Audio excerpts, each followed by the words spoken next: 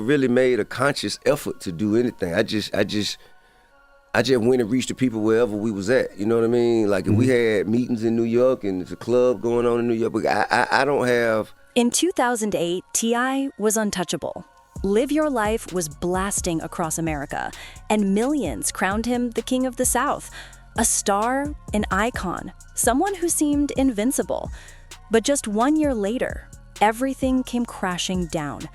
T.I. appeared in federal court, hands cuffed, head lowered, a stark contrast to the defiant force on stage.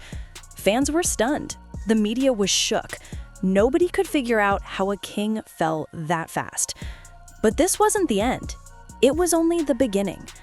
Behind the lights, the money, the multi-million-dollar hits, there was a story far more complicated. Secrets, conflicts, decisions T.I. would pay for dearly.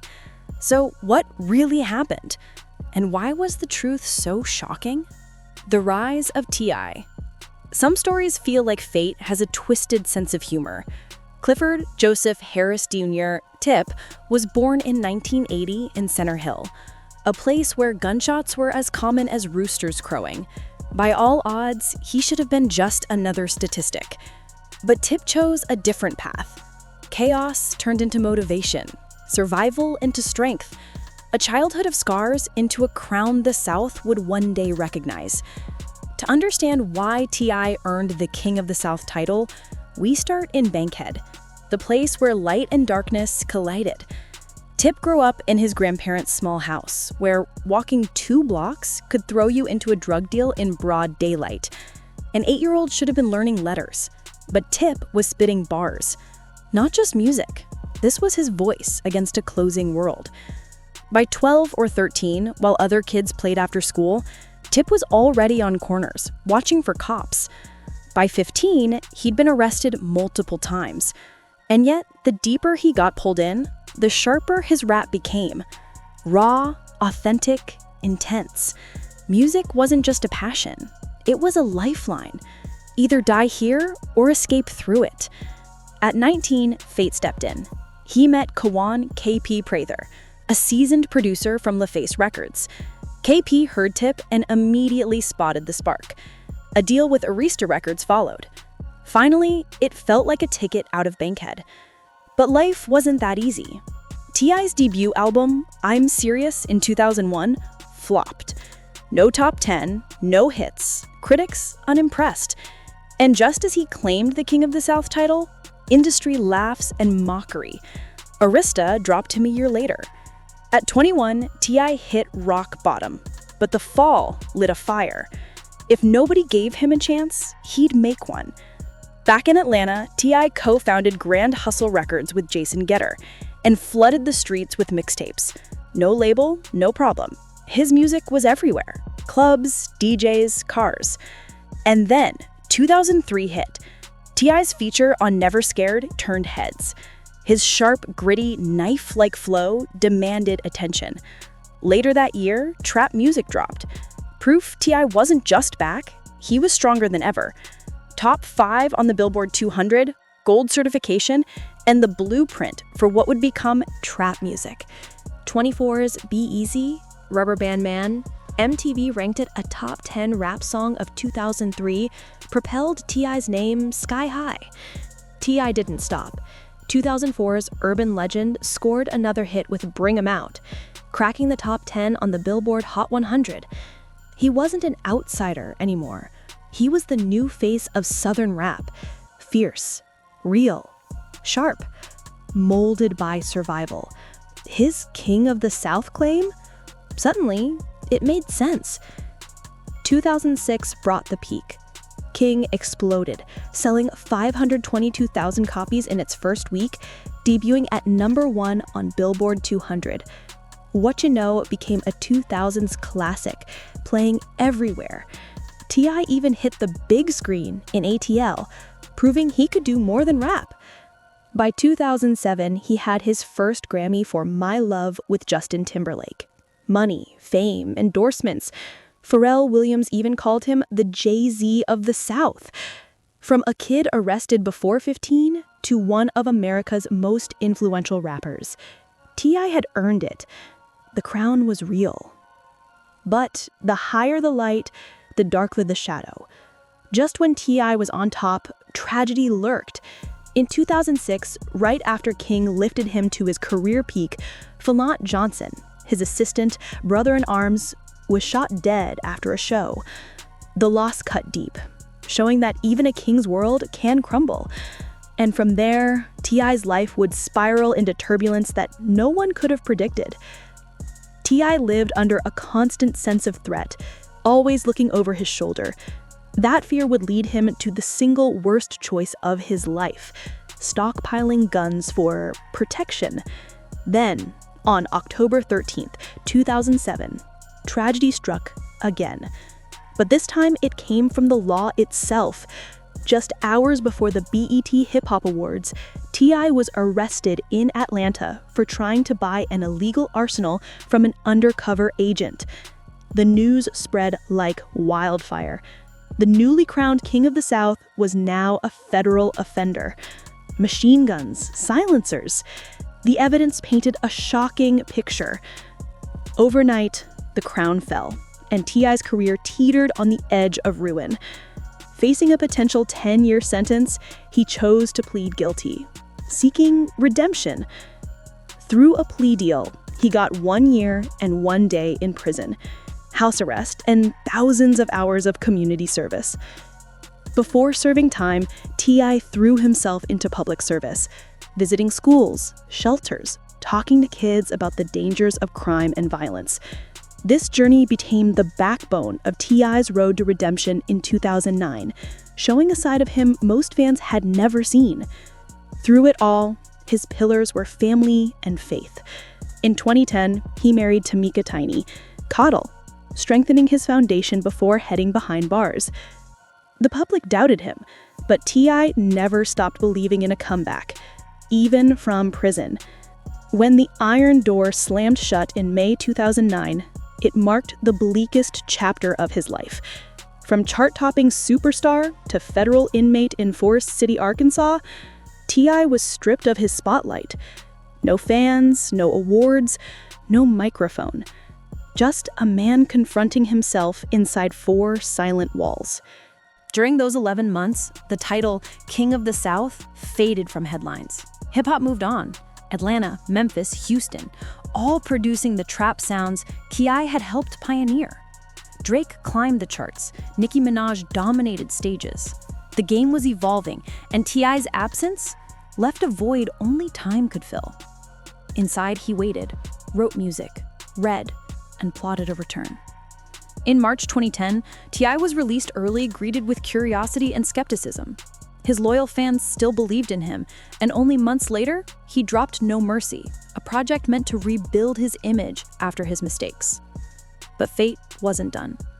On September 1st, 2010, just 6 months later, T.I. and Tiny were pulled over by LA police for the smell of marijuana. The stop led to drug possession charges. Minor on paper, catastrophic for his probation. The result?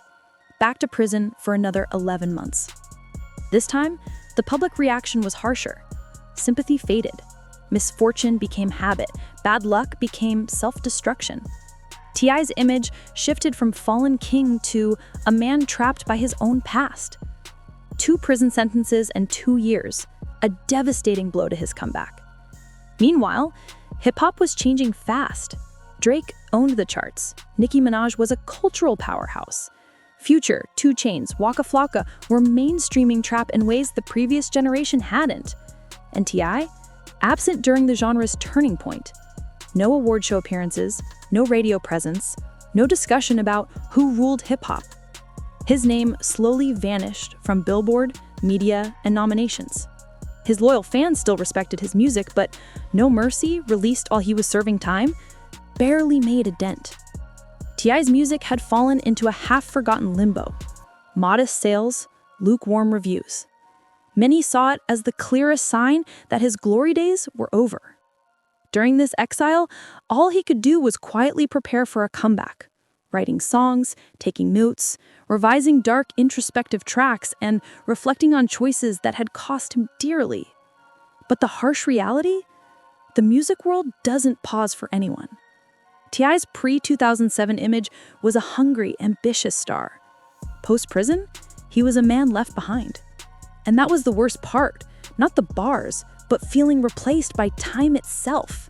He'd helped build trap music, yet he missed its most explosive era, the very movement he had pioneered. That's a pain only top-tier artists understand. While he sat locked up, a younger generation elevated the genre without him. No more BET shoutouts, no MTV tributes, no talk shows clamoring for the King of the South. T.I. became an outsider, watching others enjoy the spotlight he'd once owned. It was exile of body, spirit, and legacy. By late 2011, after finishing his second sentence, the question loomed: could a king, forgotten in silence, reclaim his throne? Or was exile now his destiny? The comeback, from redemption to reinvention. When T.I. walked out of federal prison in late 2011, there were no fireworks, no red carpet, no cheering fans, just a cold gust reminding him the world had moved on. But a familiar thought struck. I came out of Bankhead and made it once. Why not again? Fueled by survival instincts, he was ready to begin the most persistent comeback of his career. T.I. knew he couldn't rely on the old crown. The King of the South title had faded, and the audience wouldn't hand it back easily. So he chose reinvention. Television became his first step. T.I. and Tiny, The Family Hustle, premiered in 2011, showing him as a father and husband trying to rebuild. Fans saw T.I. dropping his kids at school, talking about mistakes, and teaching lessons about violence and crime. This honesty softened public perception, and he was no longer trapped in a criminal image. He was a mature man redefining himself. Music followed. T.I. returned strategically, collaborating with younger stars dominating the charts. His biggest breakthrough, 2013's Blurred Lines with Robin Thicke and Pharrell, 12 weeks at #1 on Billboard Hot 100. Controversial, yet omnipresent. Even with copyright lawsuits looming, T.I. had re-entered the mainstream at the perfect moment. He didn't stop there. Hits like Ball with Lil Wayne, About the Money with Young Thug, and No Mediocre with Iggy Azalea dominated radio, YouTube, and party playlists. Once considered outdated, T.I. now flowed seamlessly with modern hip-hop through adaptation, not nostalgia. T.I.'s comeback wasn't just musical, it was business-minded. Grand Hustle Records, founded in 2003, was restructured as a launch pad for young artists like Travis Scott, Iggy Azalea, and others. Some faded, others left a mark, but T.I. built a new kingdom, one he controlled. He expanded into TV production, real estate, tech, restaurants, and even clean energy. Estimates placed his net worth between $40 and $60 million, mostly from business, not music. From scandal-ridden rapper to sharp entrepreneur, T.I. was reinvented. His music matured too. Albums like Paperwork 2014, Us or Else 2016, and Dime Trap 2018 carried reflection, social consciousness, and political commentary. Addressing police brutality, BLM protests, and racial tension, T.I. spoke not from ego, but from experience. A man who had survived, lost, and confronted life and death realities. Critics hailed Dime Trap as his most introspective, layered work yet.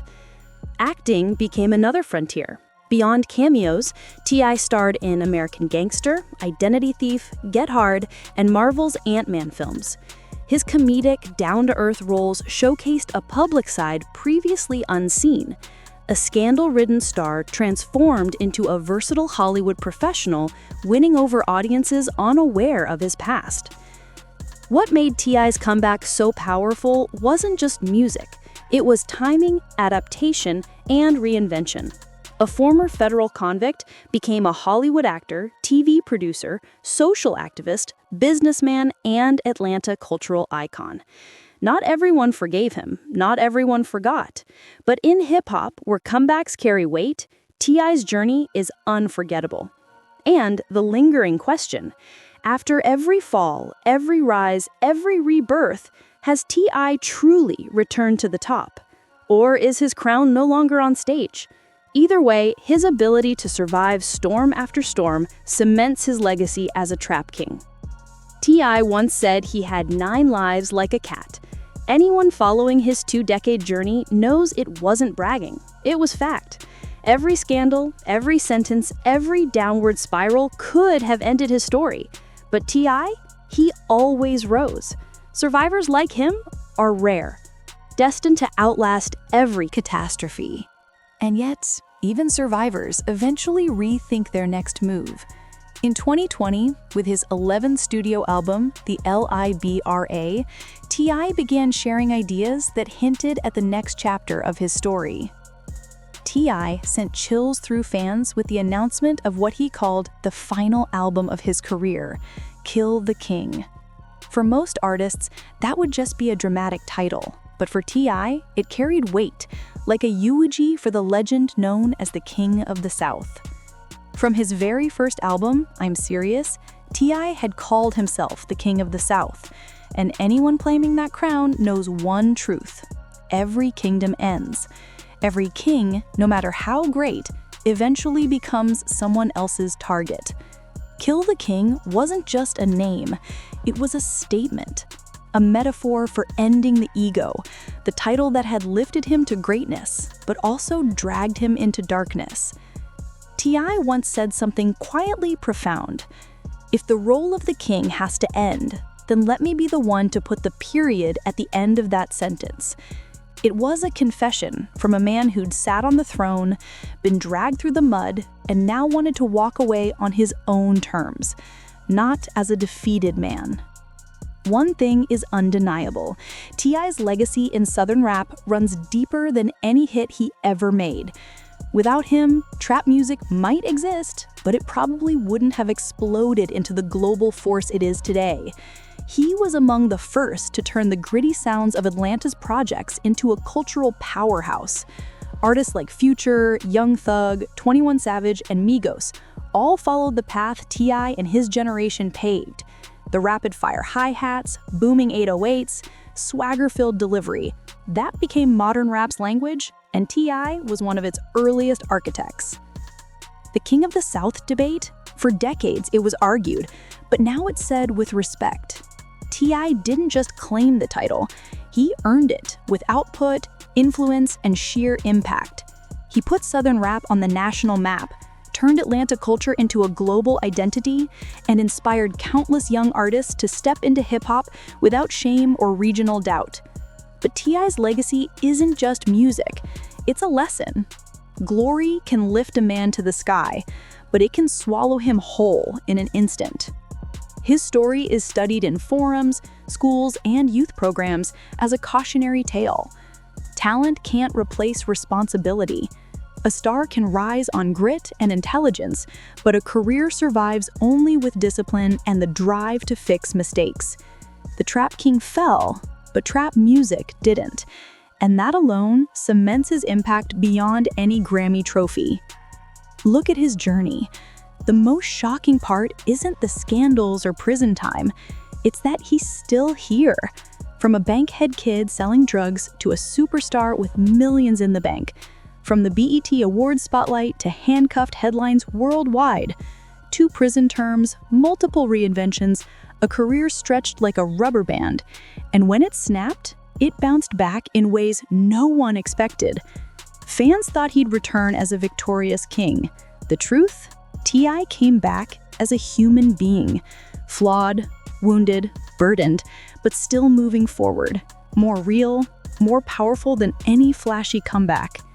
In his 40s, T.I. may no longer top the charts, but he stands firm in other roles: father, husband, businessman, social activist. The man once monitored by federal agents now works to uplift Atlanta communities through education, youth programs, and neighborhood redevelopment. He isn't the center of hip-hop anymore, but he is at the center of his own life. So, what really happened to T.I.? What truly happened to the King of the South? No conspiracy, no hidden shockers, just a raw, unfiltered story of glory, mistakes, punishment, redemption, and rebirth. Hip-hop moved on. The crown passed to a new generation. The charts no longer echo Robber Bandman.